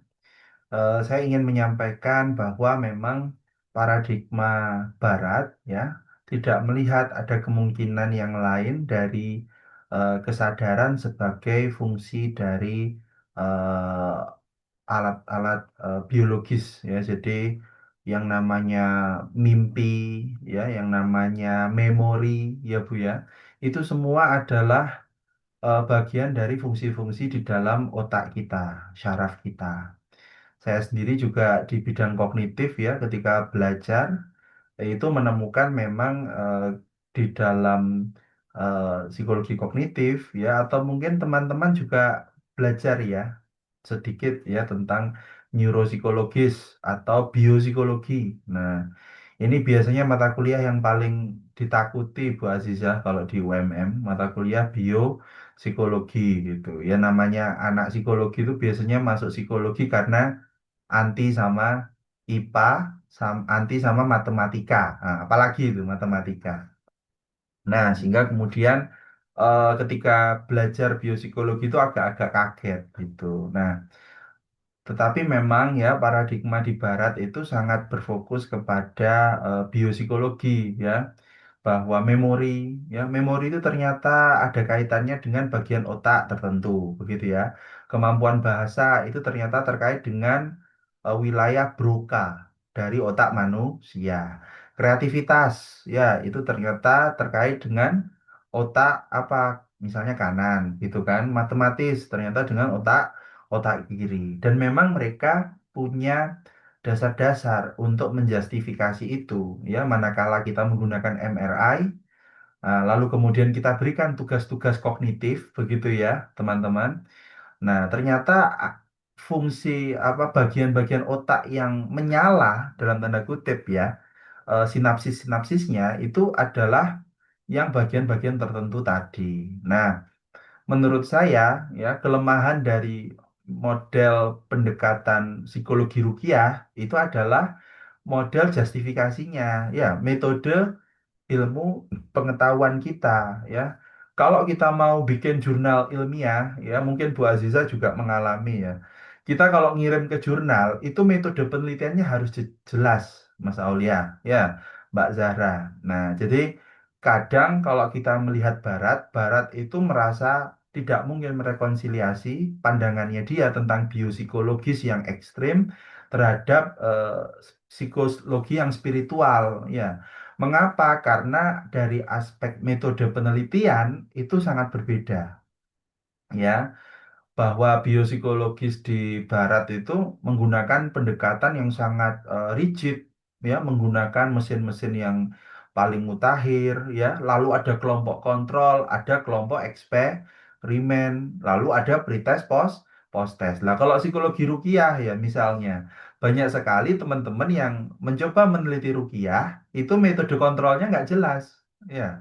Seandainya Mas Aulia, monggo kalau mau skripsi menggunakan rukiah ya. Nah, coba kelompok kontrolnya ada nggak? Kelompok eksperimennya ada nggak? Ya toh? Ada pretest post-testnya nggak? Bagaimana untuk kemudian mengukur adanya perubahan-perubahan dikarenakan manipulasi yang telah diberikan. Ya, kita jangan sampai kemudian apa ya, alergi ya teman-teman ya dengan metode ilmiah, karena metode ilmiah itu adalah alat untuk kita menjustifikasi bahwa yang kita lakukan itu ternyata berdasar kepada prosedur yang benar. Psikologi Al-Quran juga boleh nggak kita menafsirkan sembarangan kalau tidak mengikuti kaidah tafsir, ya kan? Nah, orang Barat mau melakukan penafsiran kepada Al-Quran, jika tidak kemudian merujuk kepada kaidah tafsir, kita bisa tolak. Nah, demikian pula ya kita mau mengklaim di dalam psikologi itu rukiah efektif loh. Lah, tetapi metode penelitiannya pakai apa? eh Review, ya. Metode penelitiannya pakai pemikiran para tokoh, ya. Padahal pertanyaan penelitiannya apa? Apakah ruqyah efektif, gitu kan? Nah, tetapi metode penelitiannya, bagaimana pandangan tokoh, misalnya ya, Ibnu Qayyim al-Jauziyah terhadap ruqyah. Lah itu kan nggak nyambung ya, Mas Aulia ya, antara metode dengan pertanyaan penelitian. Nah, jadi saya menjawab ya pertanyaan dari Mbak Zara dan Mas Aulia sekaligus bahwa kita sulit untuk bisa mempertemukan ya dua paradigma ini manakala metode justifikasinya tidak seimbang ya.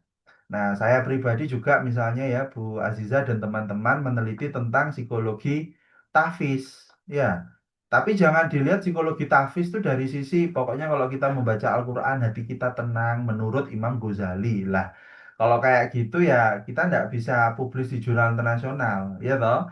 Kita harus membuktikan bagaimana orang yang psikologinya, bagaimana orang yang melakukan hafalan Al-Quran, ya toh, ternyata memori belajarnya lebih bagus ya kan? Nah, kita lakukan eksperimen. Ternyata orang yang melakukan tahfiz itu bisa mengingat materi lebih banyak dan lebih akurat daripada yang tidak melakukan tahfiz. Pretestnya apa? Posttestnya apa? Atau kita nggak usah pretest posttest, kita uji beda. Jadi ada dua kelompok, yang satunya tahfiz, satunya tidak tahfiz. Kita lihat, oh ternyata nilai rata-rata tahfiz lebih tinggi daripada nilai rata-rata orang yang tidak tahfiz, gitu ya.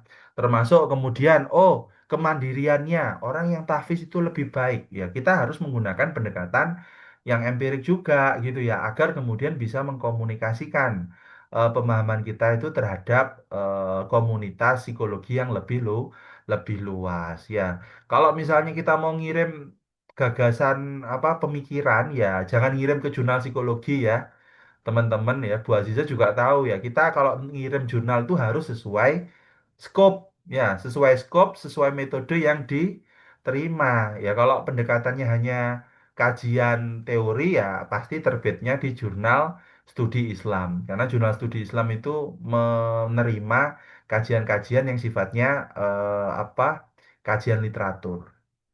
Nah, tetapi kalau misalnya ini Mbak Zahra mau menantang jurnal internasional pandangan Barat ya bahwa psikologi yang hanya biologis itu tidak cukup. Nah, ya kita harus kirim ke jurnal-jurnal internasional Barat ya toh dengan punya metode penelitian yang baik untuk mendukung pertanyaan penelitian kita kan gitu ya Mbak Zahra. Jadi apakah bisa direkonsiliasi? Saya kira mustahil ya. Tetapi juga kita sebagai ilmuwan psikologi Islam jangan kemudian oh kalau nggak bisa direkonsiliasi ya sudah, berarti memang Barat itu nggak bisa dipertemukan atau Islam memang tempatnya beda ya. Kita nggak boleh begitu ya. Kita tetap harus membangun, mengkonstruksi sebuah metode ilmiah yang bisa mendukung kevalitan dari ilmu pengetahuan kita ya. Tapi yang poin kedua ya, kita itu jangan kadang terlalu apa ya, terlalu istilahnya apa Bu Aziza ya, fetish gitu ya. Fetish sama kata-kata ilmiah gitu. Seakan-akan kalau tidak ilmiah berarti tidak bisa digunakan. Ya itu juga nggak juga ya. Oh ini psikologi rukiah nggak ilmiah berarti nggak boleh atau psikologi kognitif ini ilmiah maka ayo kita pakai psikologi kognitif ya nggak bisa juga ya karena kata ilmiah itu juga punya kriteria ya kan dan kriteria itu kadang berangkat dari sebuah pandangan filosofis ya jadi itu Mbak Ulun Zahra Aziza sama Mas Aulia Nur Asufi ya. Terima kasih Bapak. Kemudian untuk Samita ya, tadi ada pertanyaan ya, apakah kemudian manusia kehilangan martabat ketika kemampuan akalnya terbatas? Nah, ini adalah apa logika logika apa namanya logika dari filsafat itu memang begitu ya. Ketika diferensianya berubah, maka esensi dari sesuatu juga akan berubah, ya kan?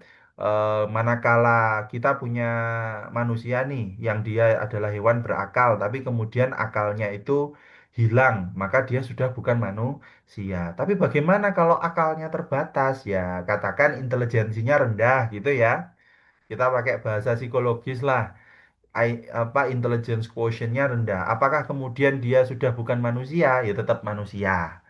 Cuman manusia yang tidak sepintar Mbak Samita, kan begitu. Yang secara martabat tetap manusia gitu ya. Cuman eh, martabat sosialnya. Nah, ini kita nggak bilang martabat martabat eksistensi, tetapi martabat sosial. Ya, orang yang pinter secara sosial martabatnya lebih baik kan gitu. Tapi secara eksistensi ya dia tetap martabatnya adalah manusia. Nah, martabat manusia itu menjadikan dia harus mendapat harus mendapat menerapkan hukum-hukum Tuhan terkait kewajiban dan larangan, ya toh.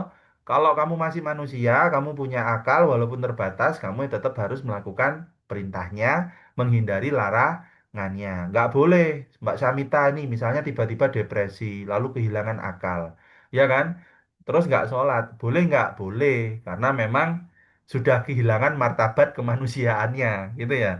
Tapi kalau cuman galau gara-gara misalnya diputus Mbak Mas Aulia, ya jangan kemudian bilang saya kehilangan martabat kemanusiaan saya, Pak, dan sudah tidak harus dilarang dilarang melepas jilbab. Terus Mbak Samita tiba-tiba melepas jilbab. Nah, itu enggak boleh. Ya, martabatnya tetap manusia, tetap mendapat kewajiban-kewajiban dan juga larangan. Tetapi secara sosial, nah itu yang berbeda, gitu kan? Secara sosial mungkin Mbak Samita lebih baik daripada tetangganya yang secara kemampuan akal lebih terbatas. Gitu ya, Mbak Samita ya. Jangan galau, Mbak Samita. Iya, terima kasih Bapak. Oke, baik, terima kasih Bapak dan juga teman-teman atas atensi dan pertanyaannya. Izin saya buka kembali sesi 2, yang mana dengan waktu 1 menit, jika memang tidak ada pertanyaan, maka akan kita akhiri kuliah pakar hari ini. Saya tunggu 1 menit bagi teman-teman apakah ada yang masih ingin bertanya. Izin bertanya, Silakan. izin bertanya, Bapak. Tadi kan ada tentang menjelaskan bahwa paradigma bayani. Nah, pertanyaan ulun, bagaimana? Perkenalkan dulu, nama ulun Nur Salsa Bila Putri, biasa dipanggil Salsa. Langsung saja pertanyaannya, bagaimana paradigma bayani mengatasi klien dengan pemahaman bahwa permasalahan yang dihadapinya tidak bisa diatasi hanya dengan pendekatan Islam? Ya, itu saja sih, Pak. Terima kasih. Oke, terima kasih. Saya izin langsung jawab ya, Mas Aulia ya. Oke, silakan Bapak. Oke, Alhamdulillah ya, yang namanya ulun banyak sekali ternyata di UM Banjarmasin ya. Tadi Ulun Zahra Aziza, sekarang Ulun Nur Salsabila Putri. Oke, saya izin menjawab Mbak Ulun Nur Salsabila Putri ya. Jadi gini Mbak Ulun, eh, pendekatan yang kita gunakan, kita terapkan di dalam praktik keseharian itu harus fleksibel ya. Jangan sampai kita kemudian memaksakan satu pendekatan kepada klien, manakala klien itu ternyata punya kenyamanan dengan pendekatan yang lain. Ya, demikian pula, kalaupun kita merasa pendekatan yang kita lakukan itu terbaik, kita juga perlu melakukan persuasi. Ya, persuasi secara terukur. Jangan mempersuasi sampai kelihatan kelihatan memaksa gitu ya. Kelihatan oh ini ulun itu artinya saya. Oh ya, jadi banyak yang dikasih nama saya ya sama orang tuanya. Oke, jadi bagaimana ketika dia tidak berkenan dengan pendekatan psikologi Islam? Ya kita tidak perlu memaksa gitu ya, tetapi kita boleh ya menawarkan pendekatan psikologi Islam itu manakala kita kemudian melihat ada satu mazhab, satu aliran, satu teknik yang kira-kira tepat. Ya, Mbak Nur Sabila kan hari ini kita sudah belajar ya ternyata aliran atau mazhab psikoterapi ya, mazhab psikologi Islam itu ternyata banyak. Nah, kita harus strategik dalam menggunakan pendekatan-pendekatan itu ya. Jangan melihat bahwa satu pendekatan itu bisa diterapkan di semuanya, betul ya. Nah, tetapi mana pendekatan yang paling relevan yang paling pas gitu ya Mbak Nur Salsabila. Nah, mungkin bisa ditawarkan di dalam psikoterapi Islam ini kami punya beberapa pendekatan, Ibu ya. Pendekatan yang pertama itu ini, pendekatan kedua itu ini. Nah, mungkin untuk Ibu kami menawarkan pendekatan yang ini dan ini ya. Tapi ingat ya, kita punya kode etik ya. Kalau nggak mau ya jangan dipaksa. Ibu kok nggak mau psikoterapi Islam? Ibu kafir ya? Astagfirullah ya. Nggak boleh memaksa gitu ya. Ibu coba syahadat ibu, ibu syahadat. Nah, itu juga jangan gitu malah menjatuhkan martabat ya kalau kata Mbak Ulun Syamita tadi ya. Menjatuhkan martabat. Ya kita harus menghormati pilihan dari beliau ya Mbak Nur, Mbak Ulun Nur. Oke. Sekian itu Mas Aulia, terima kasih banyak teman-teman. Nggih, terima kasih banyak juga Bapak. Mohon izin Bapak ada titipan satu pertanyaan lagi. Monggo, monggo. Mohon maaf dari Gina Rahmatika tidak bisa on mic dan on cam karena sedang terkendala perangkat. Pertanyaannya, melihat berita pemerintahan beberapa minggu terakhir ini sangat membuat menyayat hati, di mana banyaknya orang-orang yang meninggal di bencana Sumatera hanya sebuah angka. Keserakahan orang-orang pemerintahan tidak bisa dipungkiri demi keuntungan diri sendiri. Lalu kenapa ini bisa terjadi pada negara yang mayoritas pasti beragama? Bahkan agama sering dijadikan tameng untuk kelalaiannya. Bagaimana seharusnya agama itu kita terapkan dalam kehidupan kita, khususnya dalam konteks tragedi pada saat ini, Bapak. Oke, terima kasih Mas Ulun Aulia ya. Saya izin untuk menjawab ya. Ini mungkin juga satu pendekatan yang baru Bu Aziza ya dan teman-teman. Jadi selain psikologi Islam, hari ini kalau di Jawa Timur itu kami mendekatkan psikologi Muslim. Nah, ada yang tahu nggak bedanya psikologi Islam sama psikologi Muslim? Kalau psikologi Islam, kita memang fokus kepada khasanah keilmuan psikologi Islam, ya kan? Al-Quran, filsafat Islam, sufisme Islam, begitu ya. Kemudian juga kedokteran Islam. Nah, tetapi psikologi Muslim itu menggunakan pendekatan psikologi agama untuk melihat bagaimana perilaku orang yang beragama, khususnya Muslim. Nah, jadi saya ingin sekalian ngasih apa ya ta'aruf ini ke teman-teman sama istilah baru lagi nih namanya psikologi Muslim.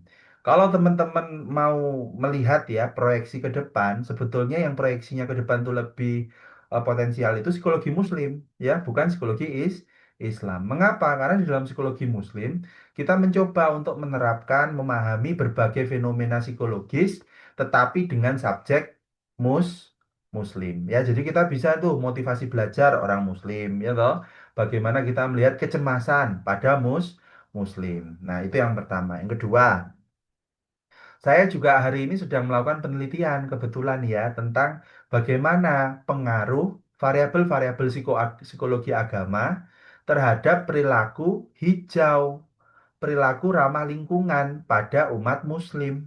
Nah, ini saya kasih contekan bocoran ya terkait hasil penelitian saya. Yang pertama, nah, kalau seseorang itu kecenderungannya apa namanya fundamentalistik ya hanya meyakini bahwa kebenaran itu hanya dari ayat ya terus kemudian kaku memahami ayat itu secara kaku cenderungnya dia tidak ramah lingkungan. Nah, tapi ketika dia seorang muslim yang spiritualistik ya yang meyakini bahwa ada kekuatan yang lebih besar gitu ya yang menghubungkan antara saya sebagai muslim dengan orang lain yang mungkin bukan muslim, mereka itu biasanya lebih ramah lingkungan. Nah, itu yang pertama. Ya, yang kedua, keyakinan mengenai kehidupan setelah kematian. Nah, ternyata hasil penelitian menunjukkan gara-gara kita percaya ada surga, ya toh, kita melakukan perilaku kerusakan lingkungan.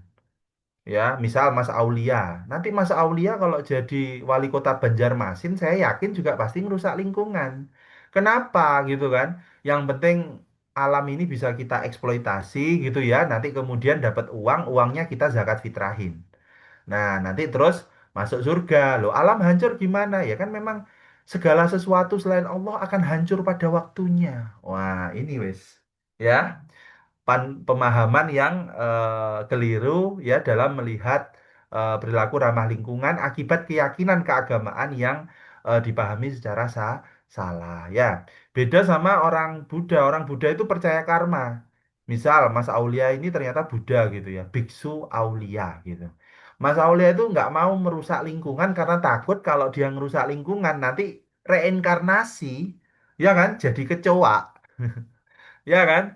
Nah, tapi beda kalau Mas Aulia Muslim ketika melakukan kejahatan atau kebaikan percaya bahwa nanti akan ada surga. Alam hancur itu sesuatu yang wajar. Kan gitu Mas Aulia. Yang ketiga, keyakinan mengenai khalifah. Nah, banyak kita itu memahami khalifah itu berarti kita boleh mengeksploitasi. Jadi semakin tinggi keyakinan bahwa kita ini khalifah Tuhan, maka ternyata makin tinggi keinginan dia untuk merusak alam. Karena melihat loh, kan kita Tuhan tetapi di dunia. Boleh dong kita memanfaatkan alam seluas lo luasnya. Wong Allah aja yang nyuruh kan gitu. Nah, ya beda kalau kita melihat kita ini sebagai khalifah dalam makna sebagai penjaga perawat bumi. Kalau kita meyakini bahwa khalifah itu artinya penjaga, maka kita akan jauh lebih ramah lingkungan, ya. Terus ada lagi nih, mungkin Bu Azizah juga familiar, teori locus control. Ya, locus control itu ada berapa? Coba Mas Aulia. Jangan buka chat GPT. Yang ingat ini aja sih Bapak, yang vortex ya Pak, locus control. Lupa sih Pak, yang saya ingat vortex apa gitu. Oke, bagus ya. Jawabannya salah. Oke, jadi saya lanjutkan ya. Locus control itu ada dua ya, Mas. Ada internal, ada eksternal. Mas Aulia ini bisa sukses karena usahanya, ya toh, atau karena orang dalam, ya toh, atau karena Tuhan. Nah, ini yang namanya locus control. Ada internal, ada eksternal. Nah, kebanyakan Mas Aulia, orang-orang yang melakukan perilaku kerusakan lingkungan itu karena locus kontrolnya eksternal. Mereka merasa bahwa tindakannya untuk melakukan, misalnya ya, membuang sampah ya, terus nanti terjadi apa namanya bencana, ya itu kan karena takdir Tuhan. Nah, ya kan? Kerusakan lingkungan itu karena apa iradahnya Allah, kehendaknya Allah. Nah, kalau kayak gitu ya, kamu males untuk melakukan perilaku ramah lingkungan. Ya, kalaupun misalnya hutannya ada, tapi tetap banjir, gimana? Kamu mau bilang apa, Aulia? Ya toh, semisal Sumatera itu hutannya tetap banyak, terus ternyata apa namanya tetap banjir, ya kan? Nah, pasti berarti memang takdirnya dari Allah. Lah, tapi ketika hutannya sekarang gundul, nah, orang-orang tetap nyalahin Allah, bukan nyalahin Pak Prabowo. Astagfirullah, ini direkam ya. Mohon maaf ya, nanti tolong di ini ya dihapus ya. Itu. Jadi ada banyak sekali ya keyakinan-keyakinan keagamaan yang dipahami secara salah yang membuat individu tidak melakukan perilaku ramah lingkungan. Nah, sekarang gini, kalau kita meyakini bahwa segala sesuatu itu karena takdir, betul ya Mas Aulia, maka kita tidak punya yang namanya rasa tanggung jawab. Ya, jadi personal responsibility kita jadi turun. Jadi gini, semakin tinggi locus kontrol eksternal, akhirnya semakin rendah tanggung jawab pribadi, semakin rendah rasa bersalah. Semakin rendah rasa bersalah, semakin rendah perilaku ramah lingkungan gitu ya.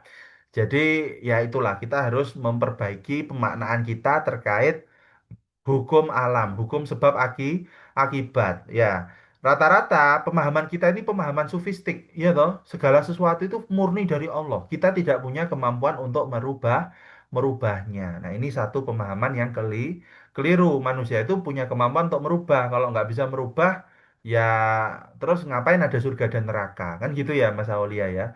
Surga dan neraka itu ada karena manusia itu diminta pertanggungjawaban. Lah kalau kita nggak bisa bertanggung jawab buat apa surga dan neraka. Nah itu mungkin dari saya. Terima kasih Mas Aulia.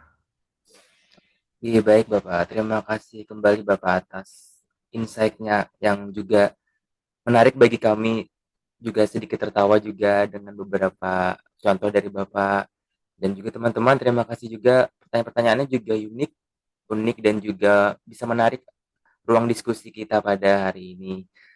Mungkin izin Bapak dan Ibu Aziza, kita sudah sampai ke penghujung kuliah pakar. Tentunya saya ingin sedikit membacakan kesimpulan dari kuliah pakar kita pada hari ini, yang mana manusia adalah kesatuan dinamis antara dimensi biologis, bashar, intelektual, spiritual, insan, dan juga kedalaman batin atau nafs, seperti yang dijelaskan Bapak Sulaiman tadi di awal, yang mana sebagai sebuah semesta kecil, setiap gerak fisik manusia merupakan manifestasi dari dorongan jiwa yang kompleks yang menggerakkan semesta itu sendiri atau tubuh kita.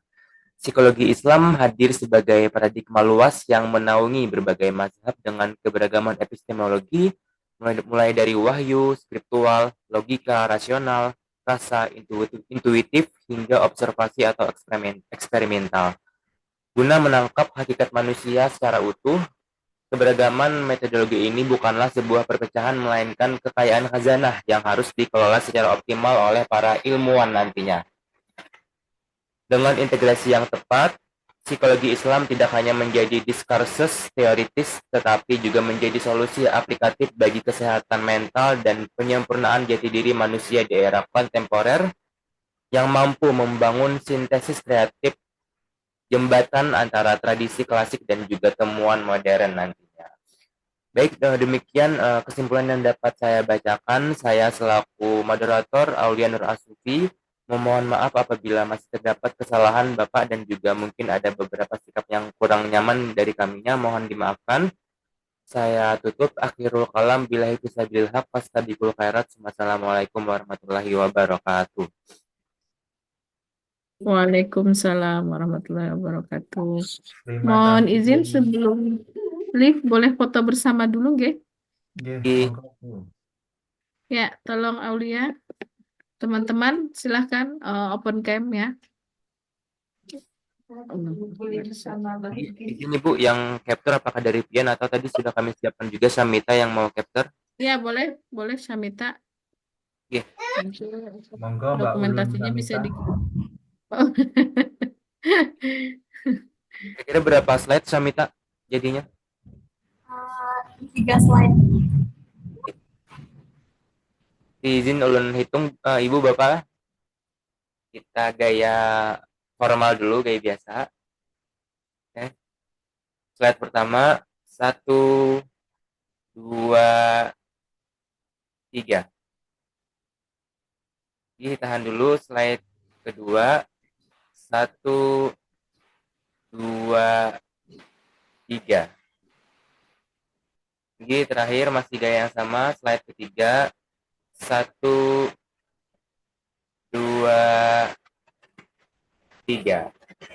Boleh mungkin gaya yang kedua, dari slide satu lagi kita gaya bebas.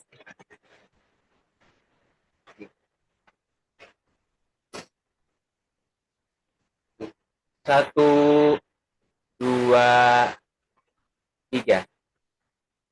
Oke, aman Syam. Lanjut slide kedua.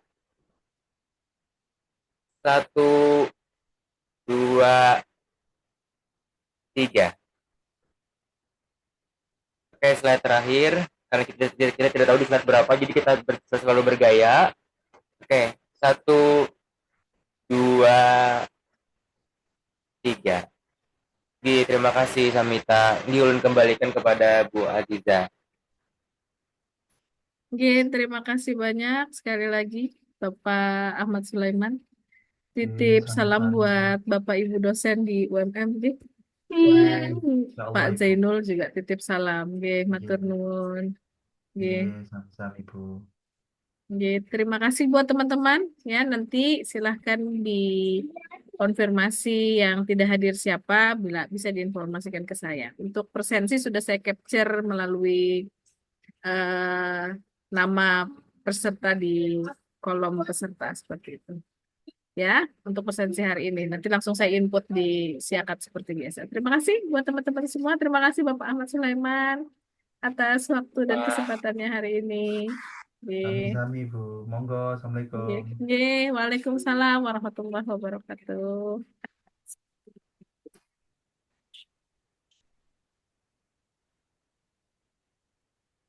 Silahkan teman-teman boleh. Nanti fotonya Ibu minta tolong kirimkan ke Kak Yanuar ya, bagi teman-teman yang ada tadi apa screen screen capture dari slide-slide materi juga boleh dikirimkan sebagai bagian dari dokumentasi kegiatan. Dikirimkan ke Ibu ya. Oke. Oke, Yang foto-foto dokumentasi ke Kak Yanuar boleh biar bisa buat di upload di IG fakultas. Terima kasih. oke, Selamat berhari Minggu. Izin live ya. oke.